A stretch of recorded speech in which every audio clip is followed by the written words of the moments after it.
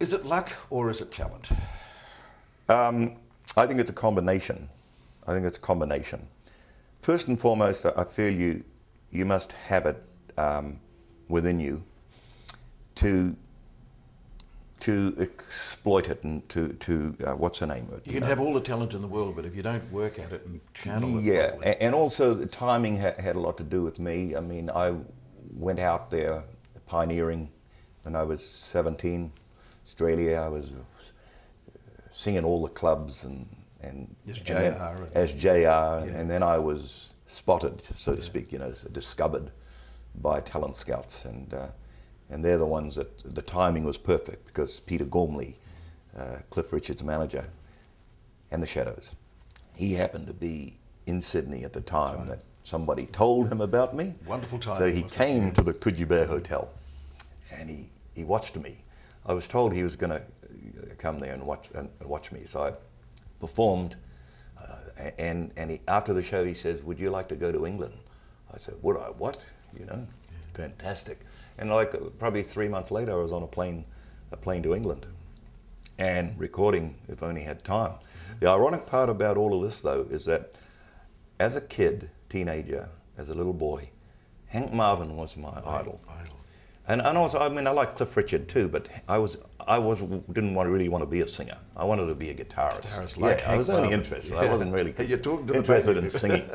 And I ended up, like a few years later, managed by the same manager in the same office, sitting down with Hank Marvin like we are now, sitting down talking about things. And I'm going, geez, this is surreal. This is weird, Now, when can you remember, was there any morning that you woke up after If I Only Had Time that you said, I think I've made it. I'm worldwide.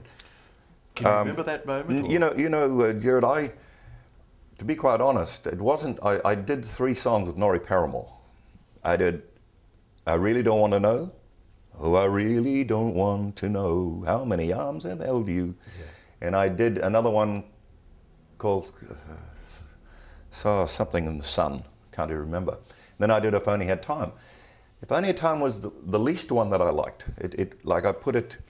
I never used to play it. I used to play the other 2 all the time because I was backed by a Norrie Paramore, lush strings and all that class, and I was going, wow, that's me.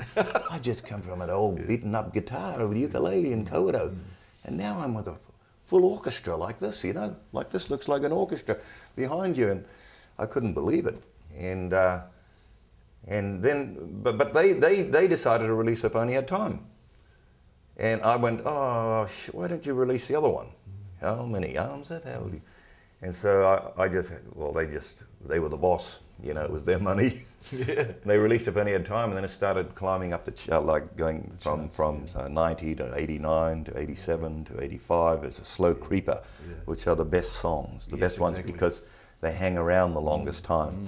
And as it was going up, I was going, well, I could have told them that, Of course they should have released that one. And then it went all the way to number 2. And I was really looking forward to waking up the next morning to read the call about the charts. It was number 1, Yeah, right. And I got up early and I opened that Melody Maker or this chart magazines.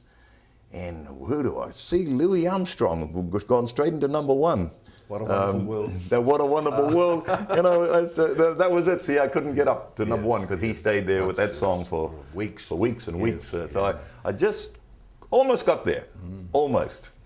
Anyway, I was very happy to where it went. So, what have we learned? What lessons have we learned about the whole fame exercise? If anybody could answer that, it's John Rowles. I actually had all my major hits in the late 60s and 70s. From then on, it was quite a struggle for me because you had all the disco trends and you had all of the stuff all the new trends. But I sort of decided to concentrate on being an entertainer. And the amount that I've learnt over the years is unbelievable. I mean, I got so much material, that it's like, I get confused what the hell to sing sometimes. But I always do my hit songs. You have to do them. Yeah. But I do all sorts. I gained a lot of experience, And then, who knows tomorrow? who knows tomorrow what tomorrow brings? I could hit on another hit, you know? Like, say, this time in life, another type of song, but very much, say, like My Way, that Frank Sinatra did towards the end of his life, catapulted him once again into the spotlight. That's correct. Where to from now on? At the age of 62, we're both 62, where are we in this world? I'll see it out entertaining for hopefully another 20 years, and then that'll be it for me. Mountains to climb, what, CDs? Just keep striving for another hit. You never stop. You can't stop that. No, it's in the blood, isn't it? You've got to keep trying. Yeah. Making people happy, that's what it's all about. So, you know, I just keep going, keep doing it. Keep doing it. Without a hit, it gets harder because, you know, the name of the game is to get as many people in wherever you're performing to fill the seats up. Now today, John, just to finish off, what gives you the biggest pleasure? What would it be?